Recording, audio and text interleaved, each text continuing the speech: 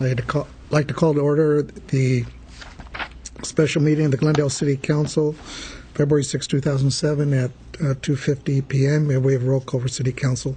Council members Manukian. Here. Najarian. Here. Quintero. Here. Yusefian. Here. Mayor Weaver. Here. May we have your report?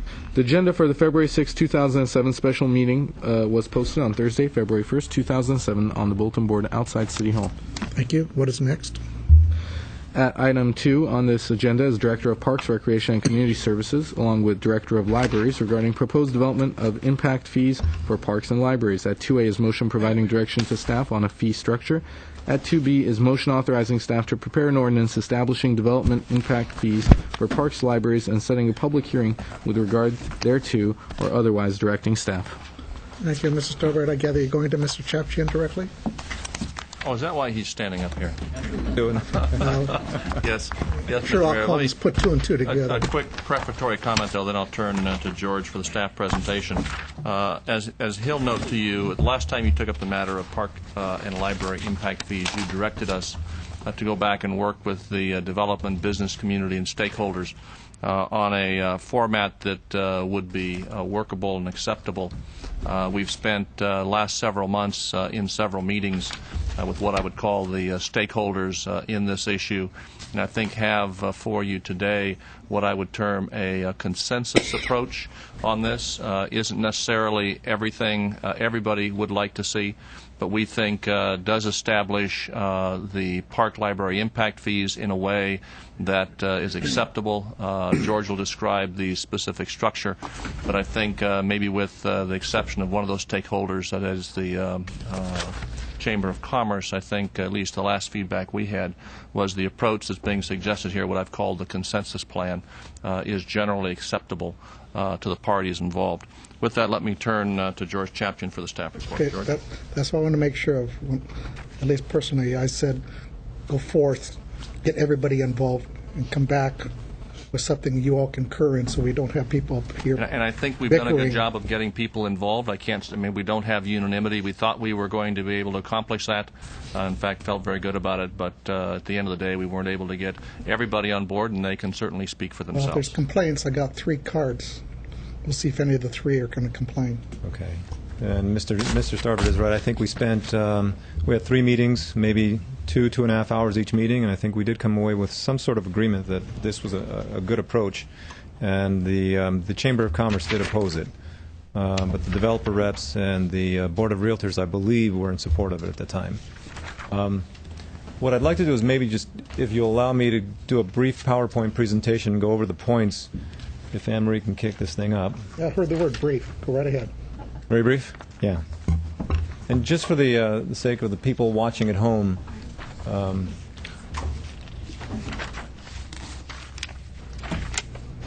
what we'll talk about today is just brief background review, the council direction to staff back at the, I believe it was the August 22nd meeting, the issue of the open space fees, and you'll see that we, as a group, took this issue on and came to a consensus that we should recommend to you that we eliminate the open space fee as part of the impact fee schedule. Talk about pipeline projects and fee phase-in, fee waivers, exemptions, and credits. I recall that City Council wanted to look at such businesses as car dealerships and hotels and whether or not we can waive the fees for that. The CEQA implications, which we believe is important so that you know. And then the next steps from the council. Just for the sake of people watching at home who haven't seen this before, impact fees are just a significant funding source for large-scale public facilities and service necessary to serve new developments. And again, briefly, this is local governments only charge. They only charge the developer for the proportionate share of impacts that new development has on existing public services and facilities. And current residents do not pay impact fees, so that we just want to be real clear about that. The fees help current residents to maintain the existing services as new residents move into the community. And then without adding these fees for the parks and libraries, we would have an impact on the existing parks and on the existing libraries. This is These are the fees based on the Muni financial report. If you see right here, this is what we came to you with at the August 22nd meeting. The $18,798 was the full fair share fee as established by the Nexus report. Mr. Mayor, Yes, Mr. Yusefian? that particular slide is not in our handout.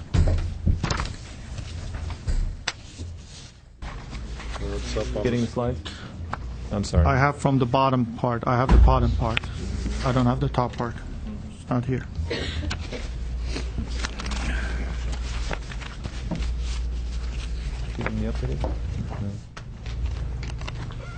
They have another version that doesn't show the 18,000, but does show 14. That's, yeah. Right. That's okay. I can just write. If you keep that slide on a little bit, I can write the amounts. Where's the arrows? I'm sorry. 6. How do we go back there? To go back. What was that? 6. Okay. Thank you, Mr. Mayor. Okay. Again, for multifamily development, this would be $18,798 per unit. After discussing it with the working group, without the open space element, it would be $14,197. And again, this would be commensurate with the office and industrial was what the fees were at that point. August 22nd meeting, council directed staff to meet with representatives of the development community, Board of Realtors, and Chamber of Commerce to develop a workable option for you to consider. And these are the 4 areas that we did tackle. Again, projects in the pipeline, reevaluating the open space fee, waivers of free credits and environmental review, and fees. And I'll skip right now to the open space and why the group decided that we could live without the open space fee. You all have bought a sizable amount of open space in the past 5 to 7 years. The city does have roughly 555 acres of open space, much more than many cities in Southern California. So the group thought at this point it would be appropriate not to add any more with the impact fee. Mr. Mr. Mayor, Yusefian? I think Mr. Chapchin gave a number that's his number. You said city currently have 555 acres. That's what we just I'm sorry. bought. That's what we just bought. It's over 5,000 acres. We have over 5,000 Okay. acres. I'm sorry. Okay, Yeah. over 5,000. Over 5,000 acres of open space, and again, it's much more than many other communities in the area. In the meetings, we did discuss these so that you know the developers, realtors agreed to phase-in fee structure. The Chamber of Commerce Board of Directors did vote to oppose any impact fee. And the definition of a pipeline project, which has a different fee than new projects would, and we'll show you that fee structure in the next slide, is those with either a redevelopment agency stage 1 design review approval and or a preliminary review and authorization to proceed to final design review from the city's design review board prior to the effective date of the impact fee ordinance, which would be 60 days after the adoption. This is the phased-in approach that the group had general consensus on. All pipeline projects would pay $2,000. Let me ask you one question. Going back to the pipeline projects, because I'm asked all the time, these will be all the projects who have those review processes or approvals that are 60 days after the adoption of the ordinance. So, Can you go back one? Yeah. After the adoption of the ordinance. okay, so after we adopt an ordinance, it's going to take 60 days for it to take effect. So anything prior to that, it's pipeline. Anything after that, the Is a new date project. Becomes new project. Right. Okay.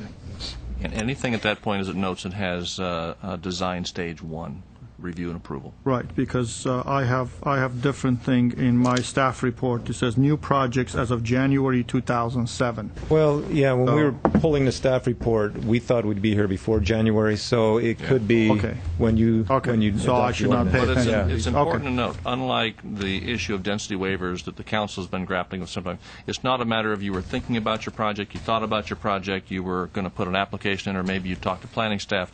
In order to be a pipeline project, you have to have have had design stage 1 review and approval. But the date that it will start is 60 days After after we adoption. we Right. adopt an ordinance. So there could still be some projects that'll fall into that we're not aware of currently. Right, or they could be Likely working. not any real large ones, though. Yeah, okay.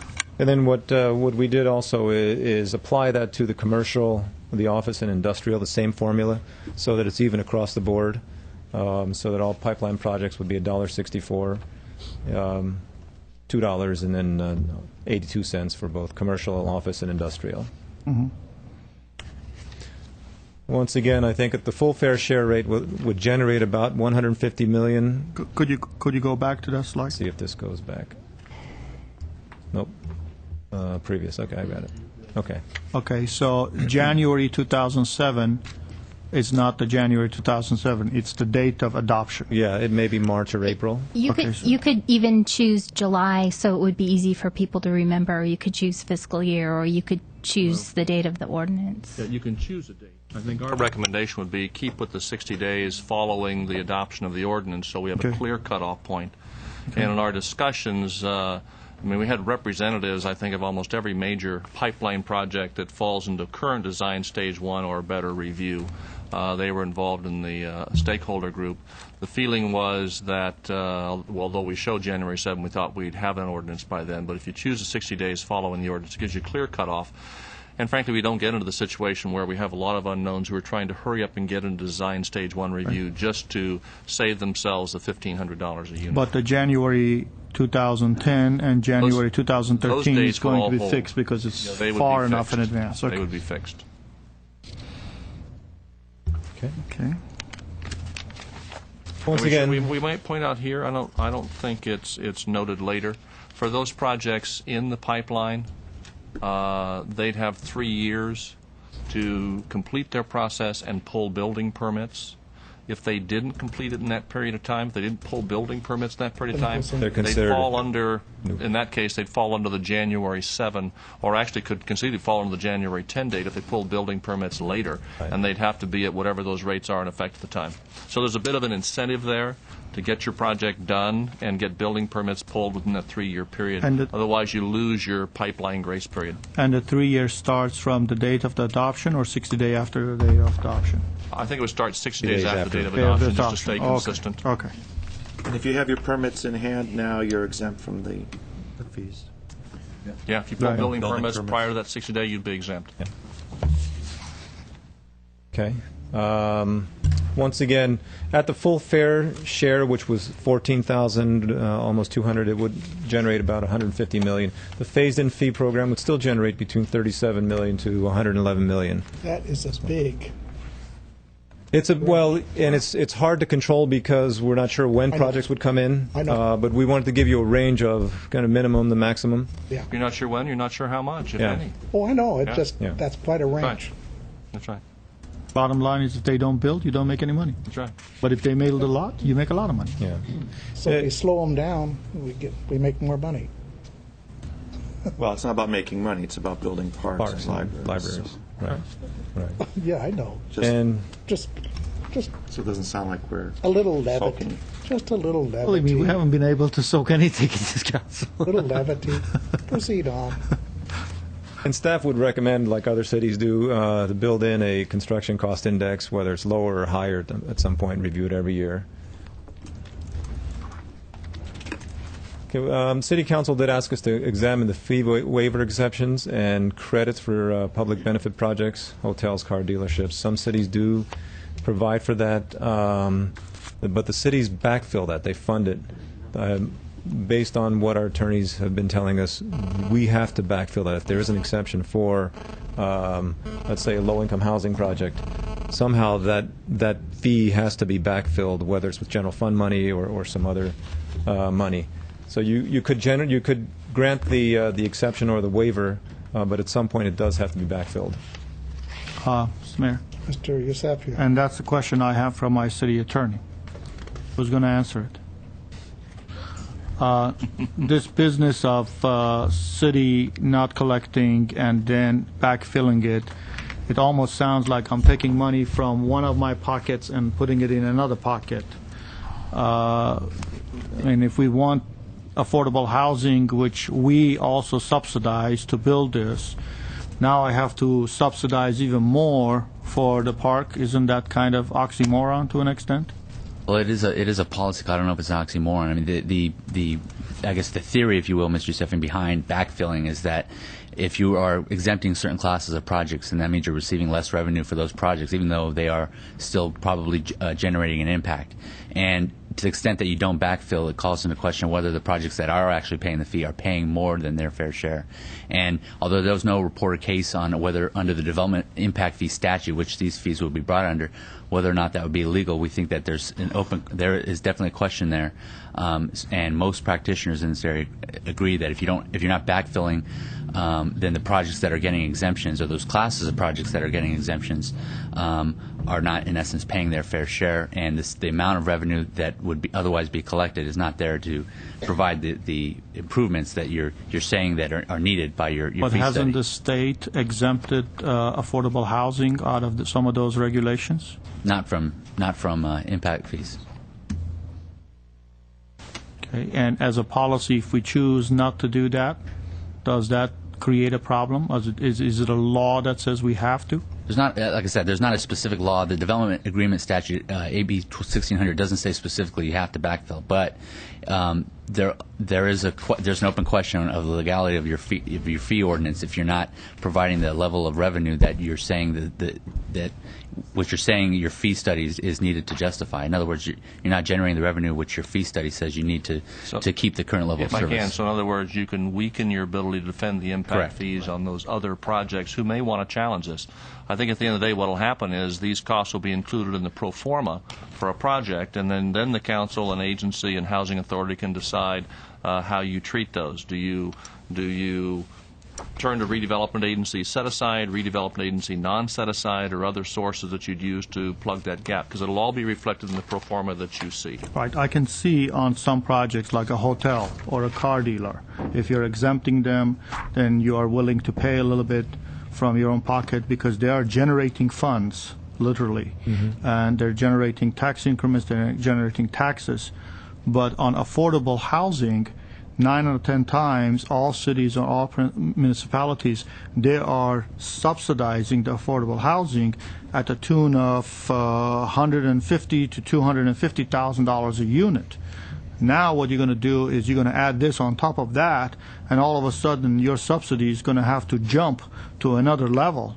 What it's going to do is it's going to make it less and less desirable for us to move in that direction because the cost of subsidy becomes very high.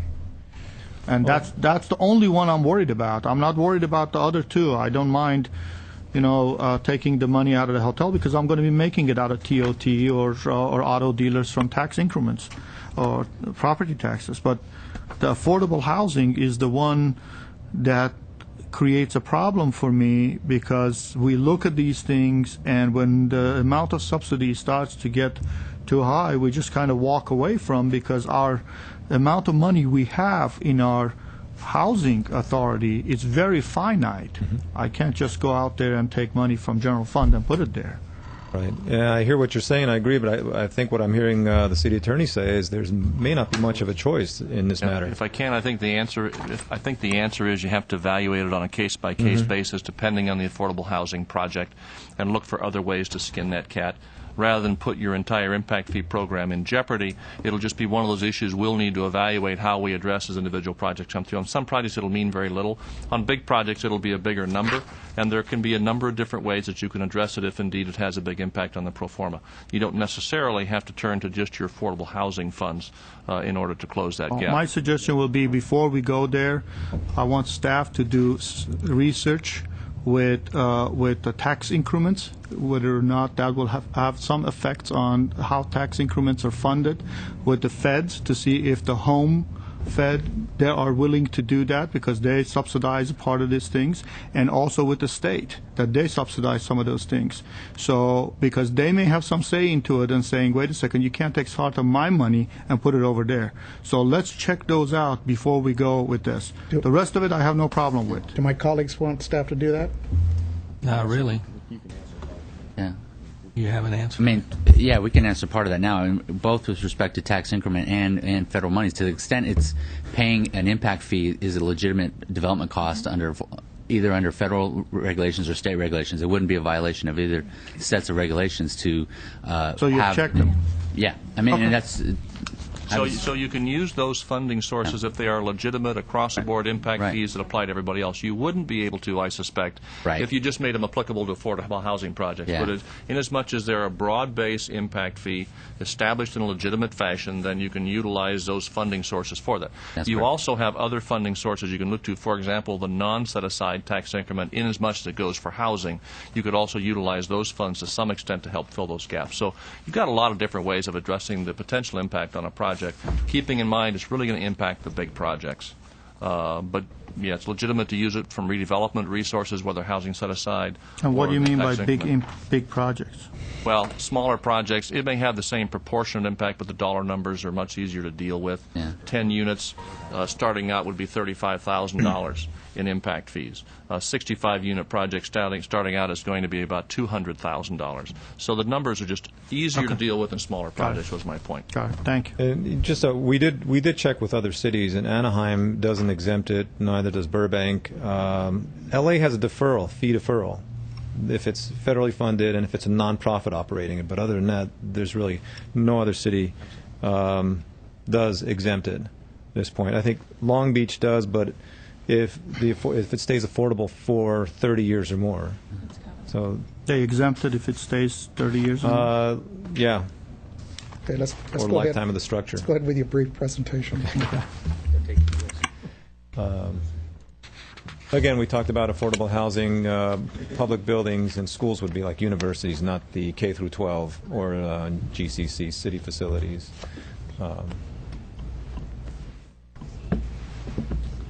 Fee credits are offered for projects that provide additional qualified private open space and facilities in defined plan developments. So there may be an opportunity to provide 25% fee credit for some of the amenities if they put in some recreation amenities in a development. So that is possible, and we can look at that as well in the ordinance. Could you explain that to me? Well, if the fee is $3,500 and they put in, and I think this is a question that may come up with some of the developers, if they put in, let's say, a recreation facility like a tot lot or something like that, it is possible to give them a credit of 25%, but not to exceed 25% of the fee, of the impact fee. Does that make sense, Julian? Yeah, so in other words, a developer says, I will build additional private open space into my project than what you'd normally require. We can give them a credit for that up to 25% of what their impact fee would have been. Or let's say it's a pool on site or something. Based on what Based they on what they propose yeah, and to again, do. you'd look at it on a case-by-case basis. Staff would need to evaluate what they're proposing, but they could be granted up to a 25% waiver of their fee, I guess you'd call it, if they go above and beyond what they'd normally be required for open space recreation facilities. Yeah, and on this one, I think the California codes emphasize that it be active recreational, not just in a sitting area or something like that, but it be an active recreational use. And what Mr. Manukian? Why would we provide a credit for private open space? Why not provide the credit for a public open space? Well, it could be public, but it's anticipated that in a private development, they'd probably want it to be private, for example, their employees or their residents. In could that be- case, what is the public benefit to that? It and could why be would we argued that- provide It a could be credit? argued that if they have 100 residents, those residents, rather than going to a mini park or going to a pool, that they would use the on-site And that's the amenity. key. That's why it's called an Right. impact fee. It's the impact caused by the development. If the development is going to keep the impact on site. Right. Okay. Yeah, remember, the impact fee is based on the incremental demand on your services. It'll I just wanted to know the logic behind Right. providing a That's it. credit for a public use, and that's understandable. Thank you. Mr. Yusefian? On the same tone of questioning, 100 units, let's say you are going to analyze it under CEQA, and it's going to say this is the X amount of square footage of facilities, active facilities it needs. What if a developer goes out and buys land and builds a soccer field? Does it still have to pay? Well, I think that may be an in lieu, depending on the value of that, and I'll let Jillian answer that. I think Sure. Mr. Seffi, members of the agency, City Council, that could be handled in two ways. One is a credit. It would qualify as an active recreational area. It would be defined. The types of areas that you would wish to grant a credit would need to be defined in the ordinance. And, for example, that is an active recreation area, so presumably that is one for which a credit could be had. The other is if they buy it under the Quimby ordinance, which is you dedicate your parkland area, or you pay an in lieu fee. So that would qualify either as a credit under the Mitigation Fee Act or as a dedication of land. They could dedicate it for public purposes. So, Okay. So they'd ways to get handle more that. than a 25% at that point credit towards that if they build a. So, I think that's what you're asking. So, Yes, right. they- What I'm trying to understand is the purpose of all of this is, in the end of the day, is to provide facilities. So if there was a private individual who came up and says, you know what, I'm going to build 4 soccer fields, and developer number 1, developer number 2, developer number 3, developer 4, instead of paying the money to the city, why don't you put your money in here and I will build these soccer fields and you will mitigate what you want. That's a doable thing.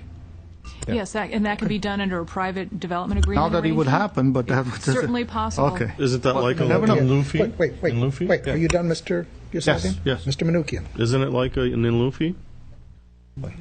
I mean, instead of providing it or could be paying. treated as an in lieu fee, and the structure of it could be through an infrastructure agreement, an overbuild agreement, whereby different developers contribute and make an arrangement to build a facility that would mitigate the impacts and under the fee program and as well as under CEQA. So that's certainly a methodology for handling it through either in lieu or through in lieu through Quimby or as a credit. It just depends on the policy that you direct us in the structure of the program. Mr. Starbird? I think what's being pointed out here is that unlike in lieu fee, which was for affordable housing, which is you either build the units or you pay us, there's really a lot more flexibility in how on a case-by-case basis a project could meet its obligations. They could have some private use for which they get a credit against up to 25%. They could come in if you allow this mechanism and say, well, I'd like to invest in soccer fields that, frankly, I think could meet 100% of my needs. Nancy would be happier if we talked about somebody building a library, but they could do either one, and in that way either mitigate or completely offset what might be their economic fee costs. Okay, moving right along. Okay. Again, that's a consideration, a policy consideration at this point. The CEQA, and this is going to be kind of a sticky issue, but again, anything, shortage of developed parkland is considered an existing deficiency to which new developments cumulatively contribute and for which mitigation may be required. And again, CEQA recognizes the fee-based mitigation programs can serve as adequate mitigation for cumulative impacts. Again, paying less than the full share, if it's determined that it does have a significant impact, wouldn't relieve the developer of the full EIR and mitigation fees. Can you explain that point? Mr. Najarian? I was going to ask him. It probably bears some additional explanation. Jillian, maybe you or Michael are in the best position to describe this. We have indicated to the stakeholder group that, and we are currently putting in a lot of work to look at our general plan, for example, which is where this problem begins with the standards that we have put in our general plan on parks. That's part of where this issue arises, which is what is the impact of a project cumulatively, and how do we determine when a project can or can't mitigate its impacts. Part of that problem begins with what we have embedded in our general plan, which is standards for parks, which are ratios and standards that we think are unrealistic. But they're there. So as we revise the general plan, that's one of the aspects we need to look at. That's correct. Comment further on this, Jillian or Michael?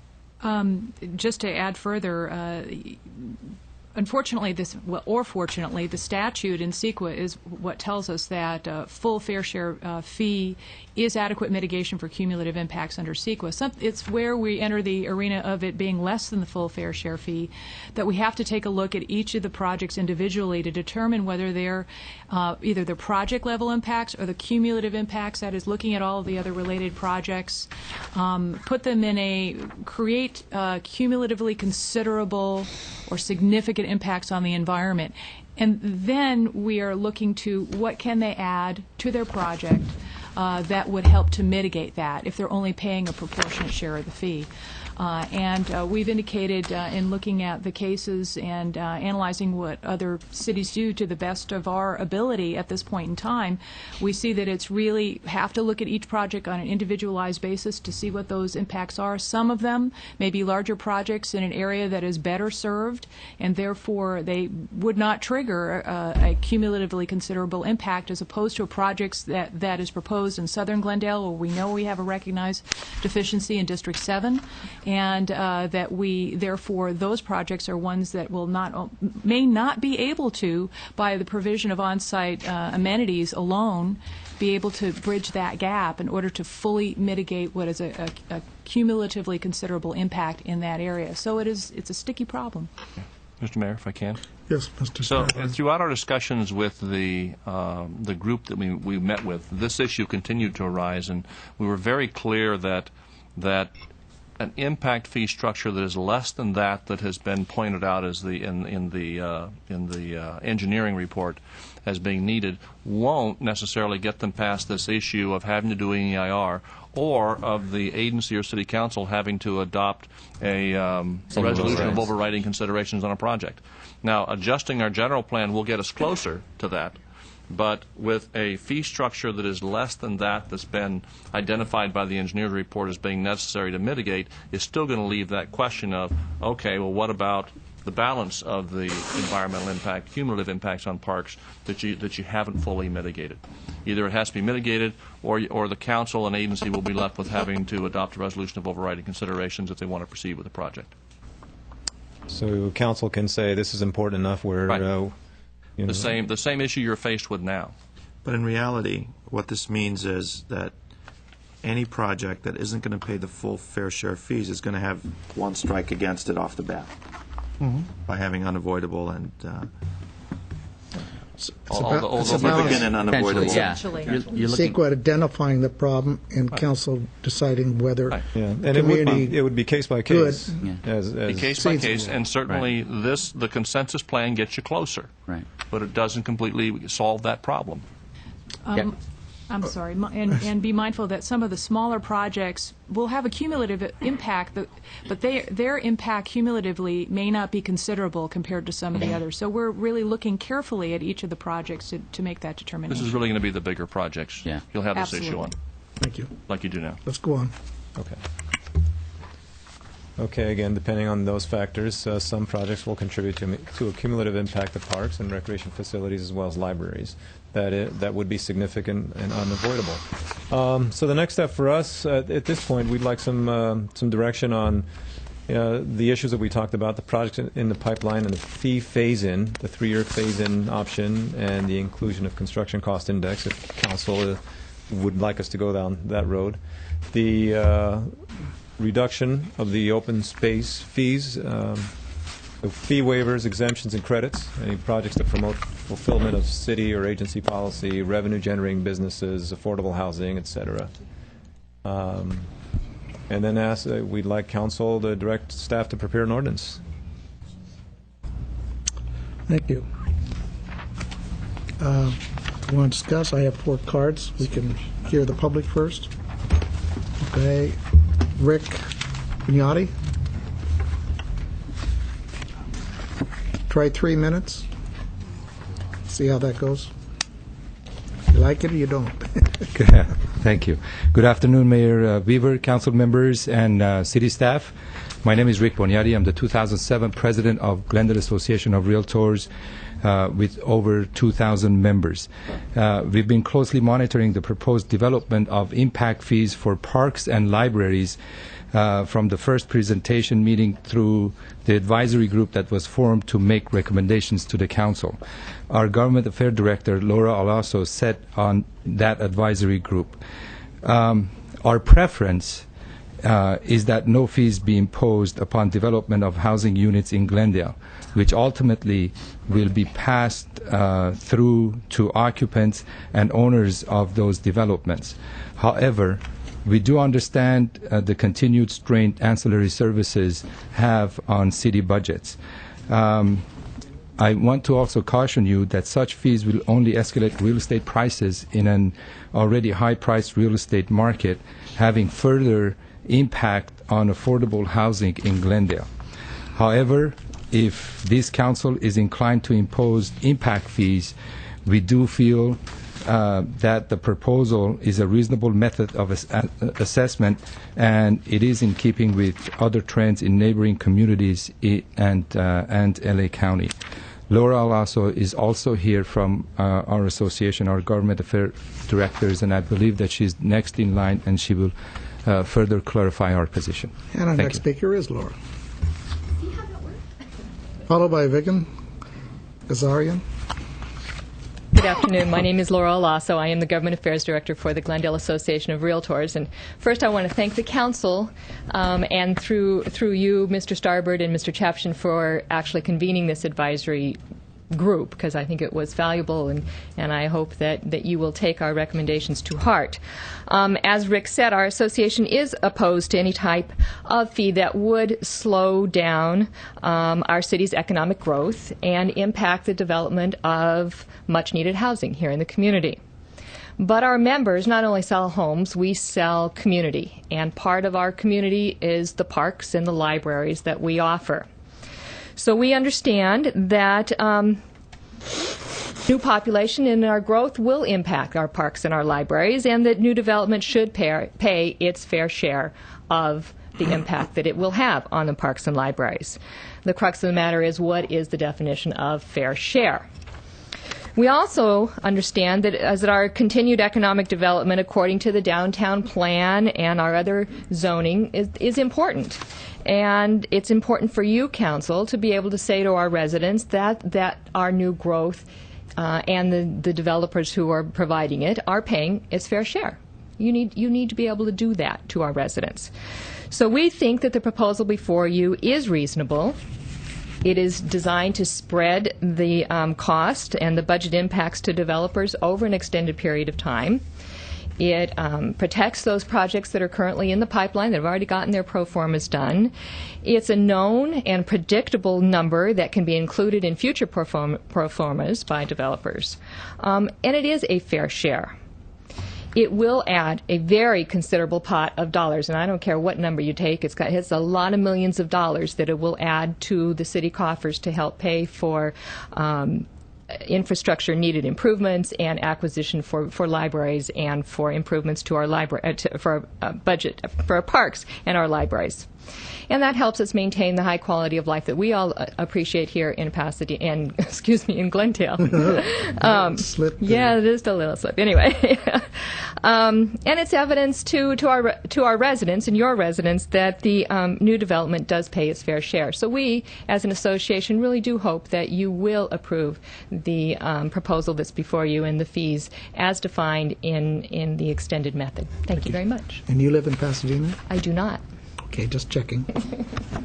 She can. Megan? She lives in a small enclave just outside of Glendale. Oh, okay. Megan, followed by Rodney Kahn. Thank you. Mayor Weaver, City Council just members. Name for the record. I'm sorry, Vigan Gazarian. Vigan, not Vigan. Mayor Weaver, City Council members and staff, good afternoon. My name is Vigan Gazarian. I'm a property owner in the city, and I'm here to say that the impact fees as proposed are excessive, especially the fees proposed for later years. I believe they will suffocate development in Glendale as it is in the last 16 years. We have had approximately 1,000 units built in Glendale, a rather small number compared to Pasadena and other cities in our area. The second issue that I have is with the proposed impact fees are the lack of input from the stakeholders. I heard the word stakeholders a number of times today. The real stakeholders, gentlemen, are the property owners. And none of those property owners were present in the meetings that were conducted in the last few months. In your city council meeting a few months ago, you advised the staff to meet with the developer community to discuss the impact fees. Unfortunately, the staff has only met with the largest developers who either have a pipeline project or will submit plans shortly. These large developers will probably fall into the $2,000 per unit or at most $3,500 per unit fee range. Majority of these developers are out-of-town entities and are eager to build and get out. Payments of $2,000 per unit may be okay with them now because they will be gone by the time the fees increase to $7,000 and $10,000 and $10,500 per unit. The real stakeholders, or the people with the most adverse impact, are the property owners and smaller developers. The staff has completely circumvented the small developers and property owners from these meetings. None of these people were invited to the city's exclusive club committee meetings. The developer community that the staff refers to consisted of 2 large developers with projects in the pipeline or about to submit, a planning consultant, the Chamber of Commerce, and the Glendale Association of Realtors. I personally tried to attend the meetings, but I was told that the meetings were by invitation only. The Glendale Chamber of Commerce, who attended the meetings, has completely opposed these fees altogether, according to the report submitted by the staff. Perhaps because the Chamber consists of small business owners, developers, and property owners in this town rather than out of state, which is why they voted against it. They're the ones most affected by these outrageous fees. They are the ones who will get less for their properties because the developer will simply subtract the cost of the impact fees from the property value, then make an offer. In summary, I believe not enough input was received from the property owners and smaller developers. Public hearings should be conducted with the real stakeholders. Number 2, the fees are extremely... Can I go on another minute? I'm almost done. Go on. The fees are extremely high to start with and get even higher at $10,500 per unit in 2013. The property owner and not the developer will have to absorb these costs, which means devaluation of the property values. The high fees proposed will suffocate development and have adverse impact on the city. Number 3, and the last one, the future increases should not be automatic. It should have provisions for review, analysis, and discussion before any new increase becomes effective. The staff is eager to make the increases automatic without regards to the impact that these fees will have on the city. Thank you very much. Thank you. Question? Mr. Manoukian? Future, your last comment regarding the future increases being subject to some sort of review, are you talking about the increase from 2,000 to 3,500 to 7,000 to 10,000? Yes. Those Yes. increases, not any other increases. Right. I'm sorry? And the CPI escalator? I mean, anything we do, it should be reviewed to see what kind of impact it has on the consumer or the developers in this case. It's like a private company. When you have a product, you don't sit down now and decide on an increase 3 years from now, 6 years from now. You increase it now and then evaluate to see what kind of impact it has on your consumers. Just for your information, today's value is $14,000. Today's value Today's values of the impact fees. I think it's 3,500 from what I understand. No, the value is 14,000, but we're In other words, what could be justified? Right. Right. $14,000. In any case, I just feel we should have some type of review and analysis before this automatic take effect. Okay. What if they completely suffocate the development of this in this city? Thank you. So, thank you very much. Well, I have a Mr. comment now. Quintero. You're talking about today's value and the fair value and so forth, but how did you arrive at that number for new development? For new development, right? That was done by the consultants who did a Nexus study. They took a look at all of the facilities and what the value of those facilities were, and to increase or to keep up with the demand of those facilities, they made that calculation in terms of dollars. Well, because the point I wanted to make was at no time did we consider putting a fee on property owners in general. That's No. not what this is. No, I know. No, I know that. But I mean, that to me is a fair value and a fair share value if everyone in the city paid, not just Okay. developers. Okay. Okay, that's Rod? not, well, let's, Yeah, Mr. no, Mayor, no. if I can. Yes, Let's Mr. just Starbird. understand what the structure is. This is on any Right. new development I know. throughout the city. But you keep using the term fair value and fair share and so forth. To me, we're all here residents of the city, both commercial property owners and residential owners, and only one segment of the community is going to be paying this fee. Right. I think we're using the fair share value as that 14,000 is what the Muni's financial study had indicated would be the amount necessary. Basically, to keep we're up. saying if someone increases the units by 100 units, you're basically increasing the population, and that population needs city services. Right. And the value of that city services is that, Right. basically. Okay. And Laura, I'm sorry, sleepwalking. Didn't place where your neck of the woods is. My apology. Go ahead, Rodney. Sure. Good afternoon, Mayor and council members and staff. My name is Rodney Kahn, and I was a member of this working group that looked at these fees. The developers that I represent and that I work with as it relates to this impact fee started from the very beginning by saying if it was fair and it was reasonable, that it was something that should be done. This new phased-in approach with the pipeline projects is both fair and both reasonable in terms of what's being proposed by the city.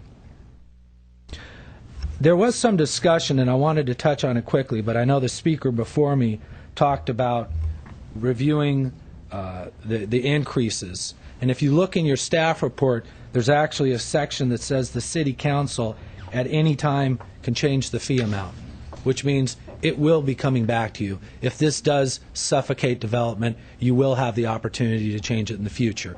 And that's specifically stated in your staff report already.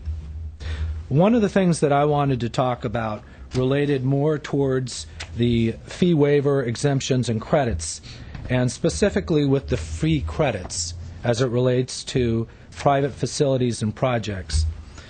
And not to bog down anything, but I think it would be worthwhile for staff to look at different types of credits that can be given.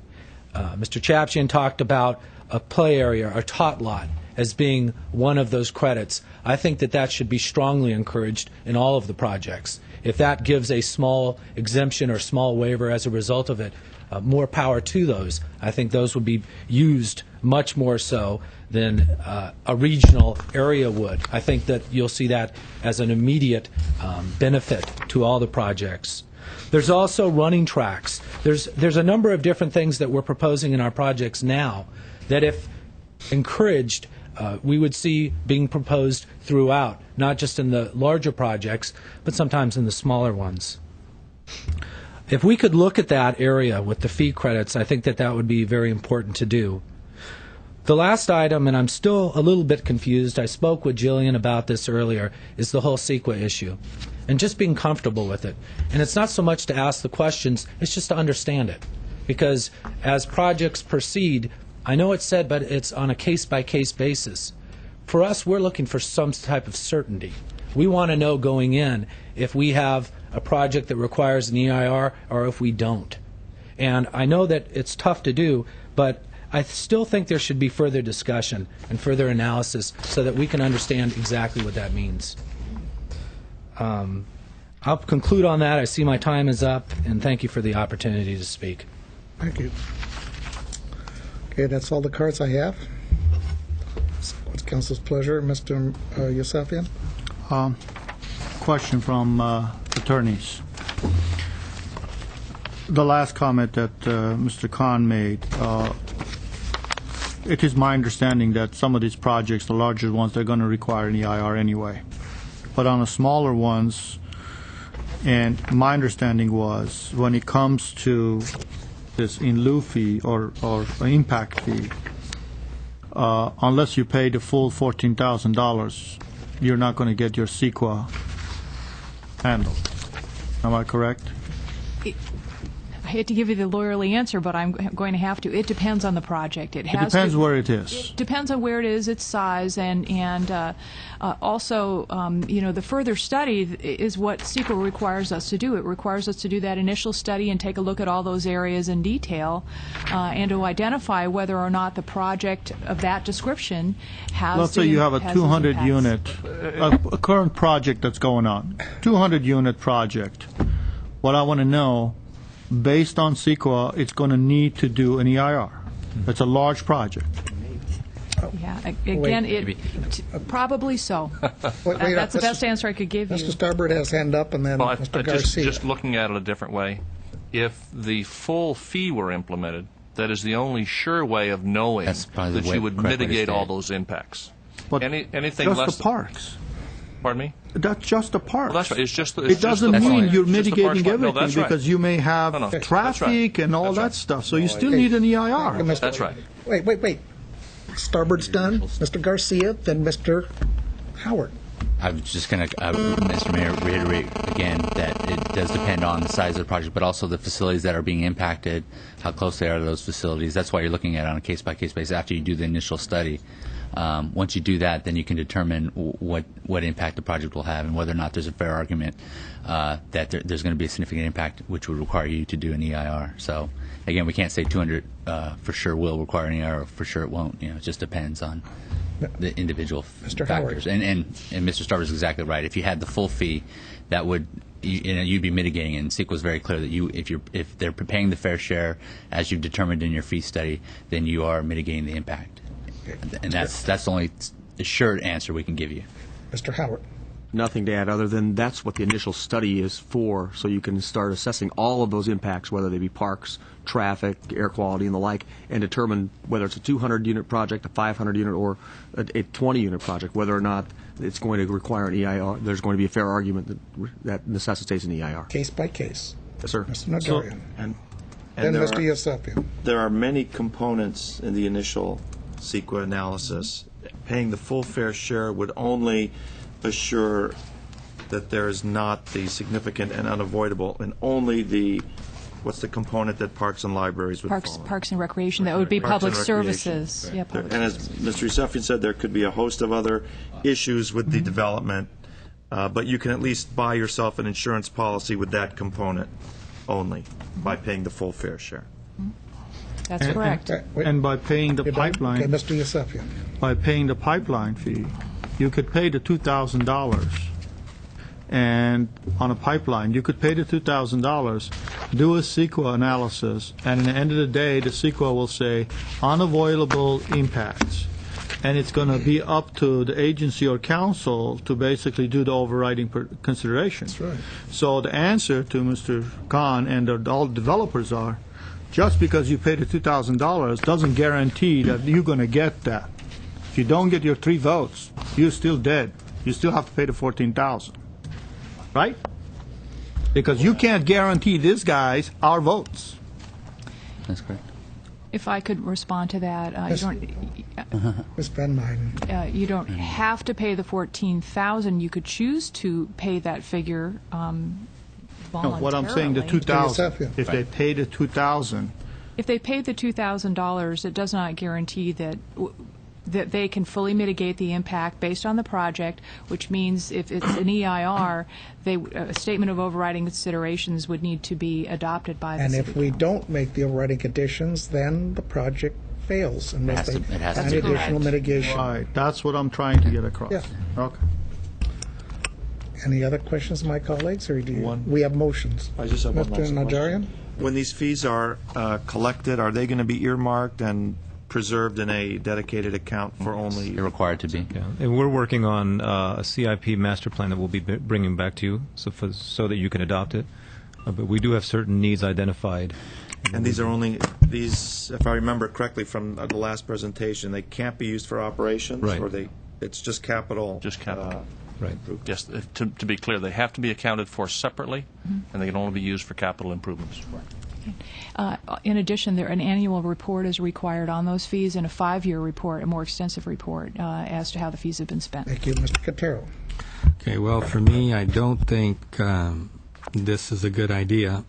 And as one of the speakers mentioned, and I've been thinking the same thing, this is really going to hurt the smaller property owner.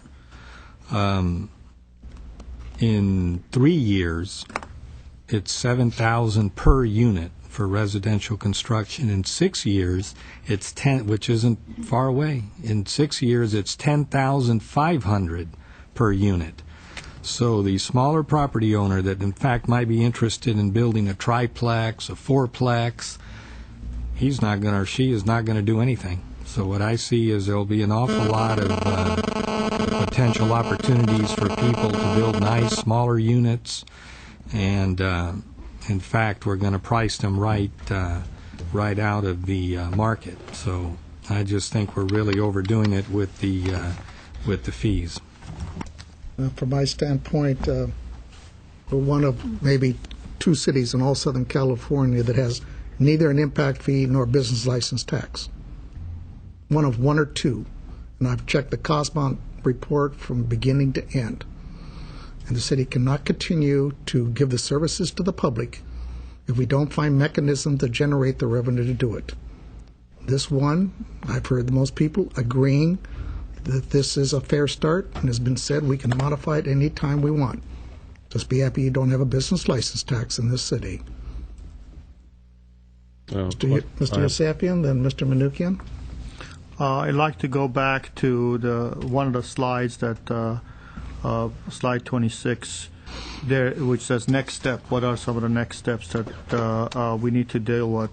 And I want to deal with the issue of the fee waivers. I want to understand that a little bit better. In this ordinance, there will be some type of a fee waiver, and it says credits for any other types of developments or fee waivers. In your report or in your ordinance that staff is thinking about writing, would the hospitals will be exempt? And would this, it says public buildings, schools, city facilities, etc. So is the schools and public buildings exempt from this? That is an example of the types of facilities that other cities have exempted from collection of the fees. And that would be defined in whatever you bring to us so we could pick correct. and choose. Okay. Frankly, part of this session is to get your feedback on which, any other credits besides the ones you discussed at the last hearing. To discuss which ones you want to see brought back for. I like to know the list that you have. So what is you took some notes. What are those lists? In my mind, some of the things, for example, hospitals are one of those things that should be. Most people who go have a heart bypass surgery, I don't think they're going to go to the library or they're going to go to a park. Okay, and it's very important for cities to attract hospitals and have them built. It's already very difficult to build hospitals, and a lot of cities lose them. So if hospitals, in my mind, will be one of them. Schools is one of them. City facilities. If I'm going to build another park, I'm not going to have any impact fee for the park or library or a fire station. That's another one. I think some revenue generators that are large revenue generators should be included.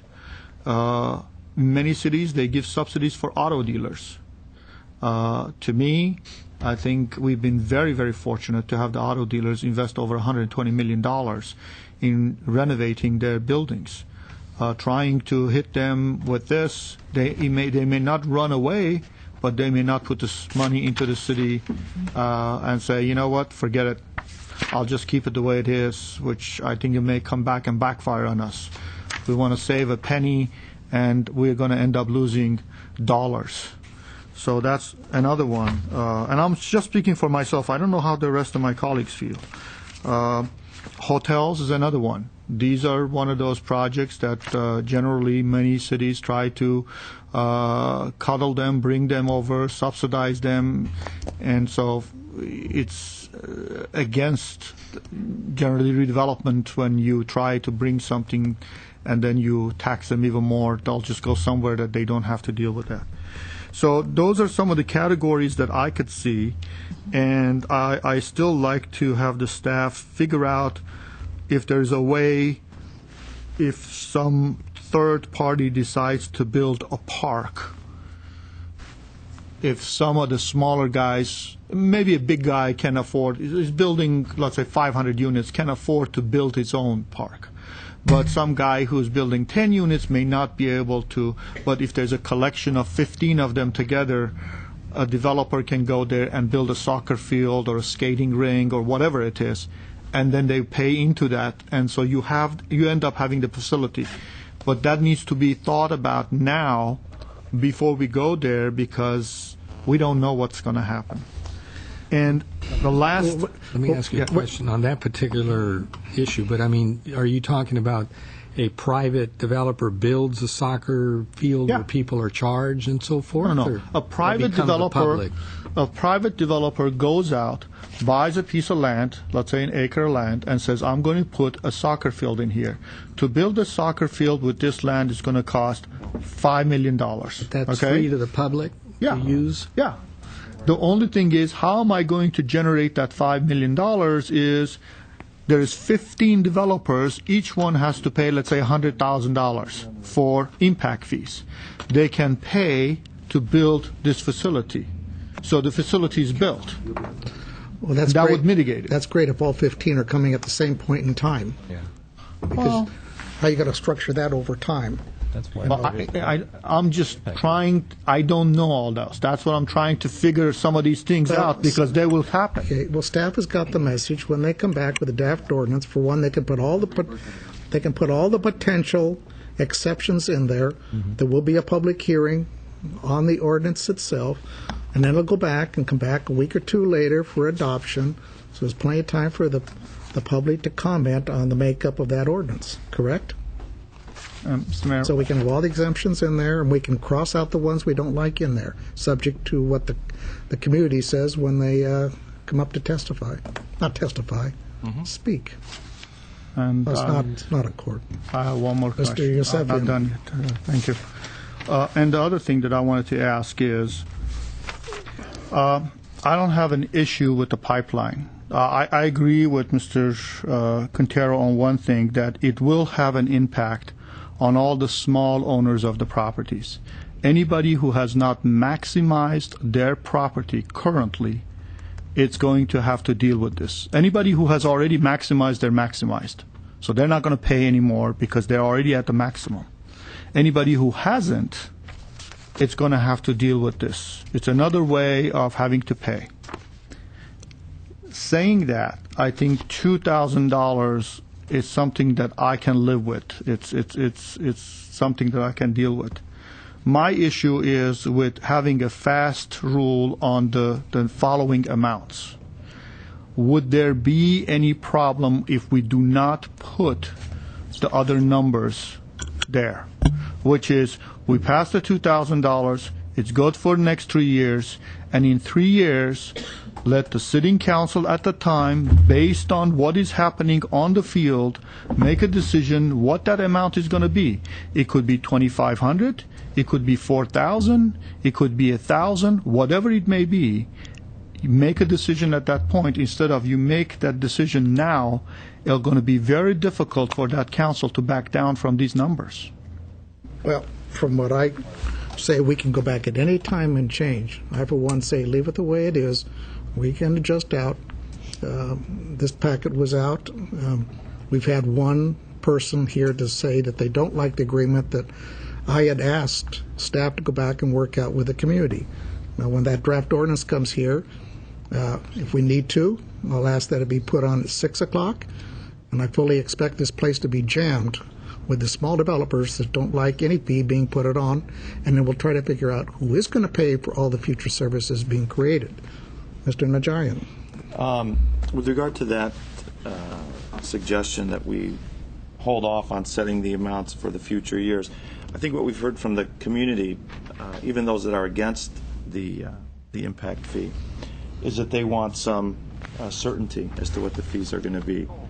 Because when we get to that 6th year or that 3rd year, it's still going to be a big question mark. How much is my property worth? Am I going to assume that it's going to remain at 2, or could it possibly go to 5 or 7? And I think that's where people get burned, and you experience the most unfairness and perhaps speculation to those folks who are hedging where council is going and perhaps sell your property for more or less than you were speculating it would be worth.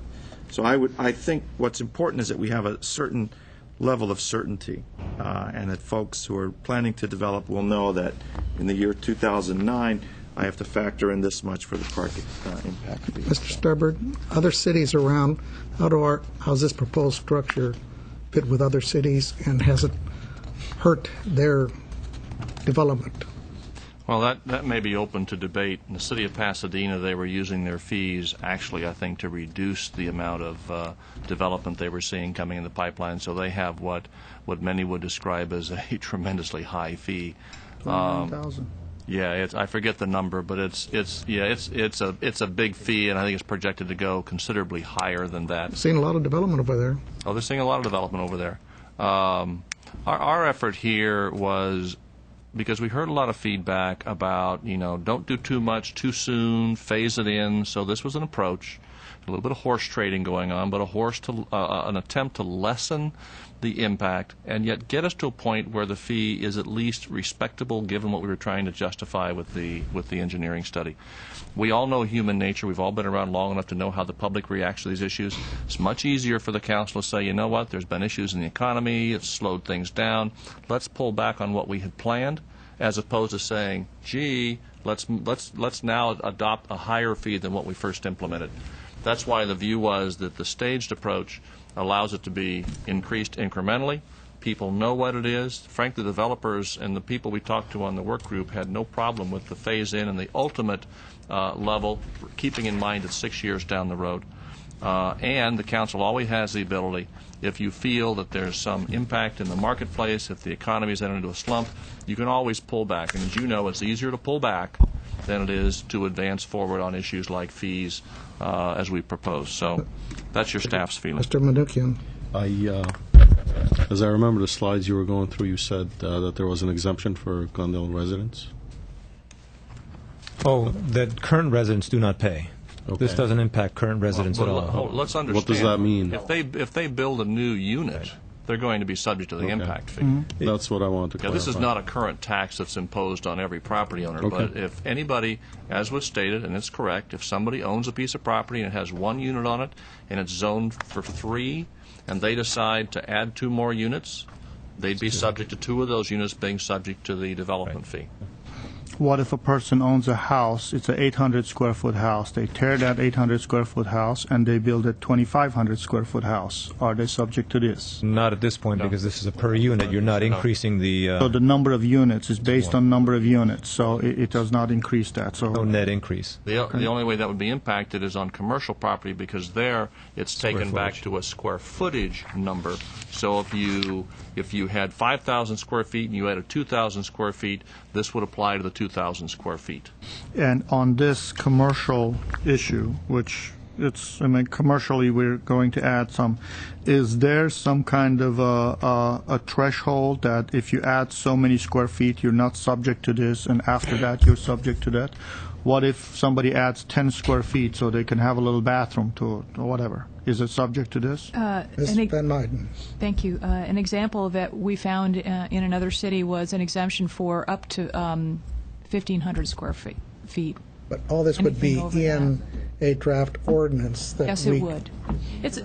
It's a policy issue. I'd like to see that. That's why I'm asking that, Mr. Mayor, because they're asking for this thing, so I'm trying to figure out what other things is there. So I'm sorry, I presume staff would put those kind of things in asking. No, they're telling me they want direction from us.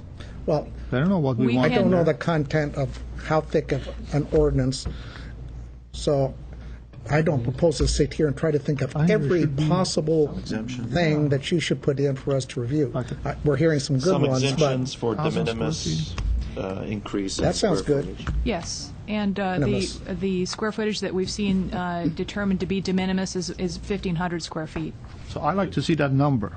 Because de minimis today is 1,500, tomorrow maybe 500. So I think give a number minor. that it's used generally throughout other cities, and then that's why I'm asking some of these questions, because then later on, the day of the ordinance, people are going to stand up and say, well, how about this and how about that? So I'm asking those questions I'd like now. to ask staff, tell us what other things that Mr. Sapien's bringing up that we should be giving you direction on. What other stuff do you think we should be putting in? You're the experts.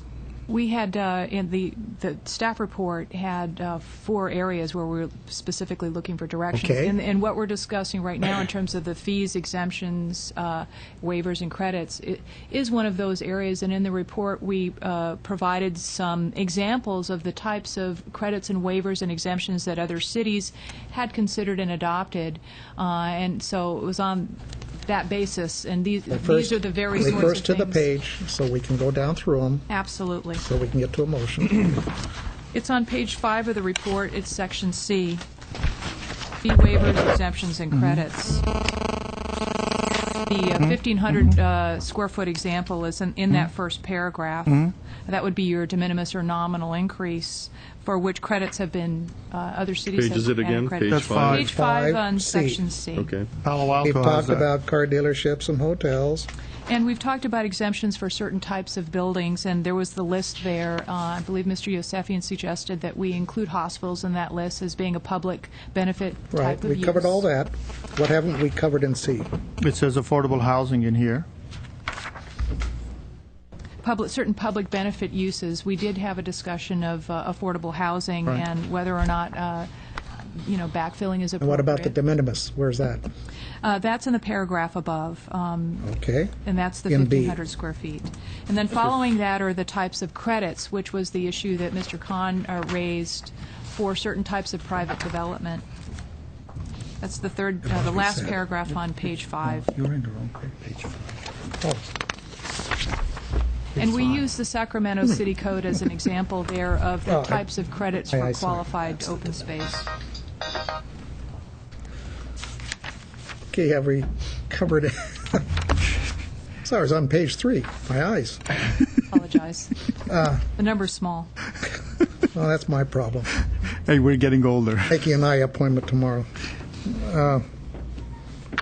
Okay, what other things haven't we covered in here, gentlemen, that we need to talk about?